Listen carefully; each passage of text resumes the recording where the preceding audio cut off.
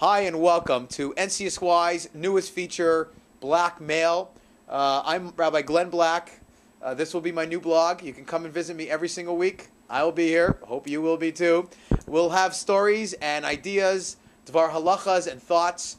And I welcome you to send me your ideas via email to blackmail@ncsy.ca, and I'll put them on I'll speak about them on the blog, and we'll get your ideas shared. And if you want just a call out, say hello to your friends and family, I'm happy to do that as well.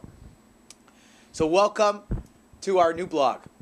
I want to tell you a story. It's Erev Pesach. It's the eve of Passover, and I want to share with you a story that perhaps you can share at your Passover Seder table. Many, many years ago, as you no doubt know, there was not so easy to be a Jew, and certainly not so easy to keep Pesach. But the Jewish people were very committed, and the great rabbis of the generation did everything they could to take care of their flock and to identify ways to bring Judaism alive. Many years ago, in Lublin, Poland, a rabbi named the Jose of Lublin decided that he would try to make matzahs for his community, and that wasn't easy. You couldn't just get flour, and you couldn't just make matzahs, and it had to be kosher and had to be processed in a certain way. And in Poland in that time, it wasn't easy even to get kosher food, let alone matzah. But he went about it, and somehow through miraculous interventions, he was able to get matzahs. And he made as many matzahs as he possibly could with the short amount of flour that he was able to amass. And he's told the town, he said, look, I don't have enough. You know, the mitzvah is really to have 3 matzahs for Kohen, Levi, Yisrael, or Avraham, Yitzhak, or Yaakov, whichever tradition you have.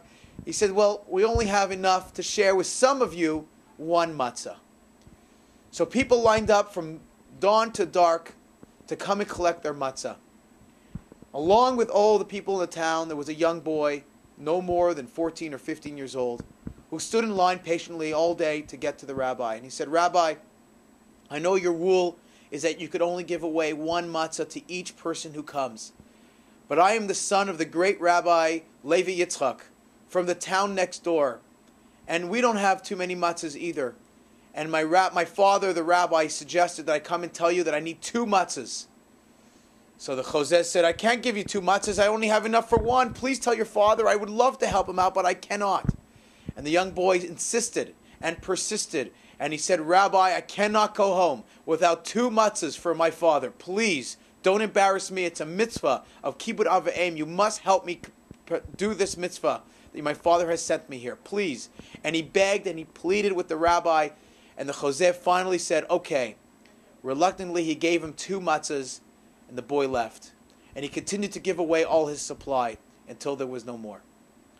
A couple of weeks later, when it was actually the eve of Passover, Erev Pesach itself, a young boy knocked on the door of the Jose of Lublin, and the boy said, Rabbi, do you have any matzahs left? And the rabbi said, no, I'm afraid I gave out all the matzahs. I have nothing left. Why didn't you come earlier? And the boy said, I did come earlier. So why didn't you take?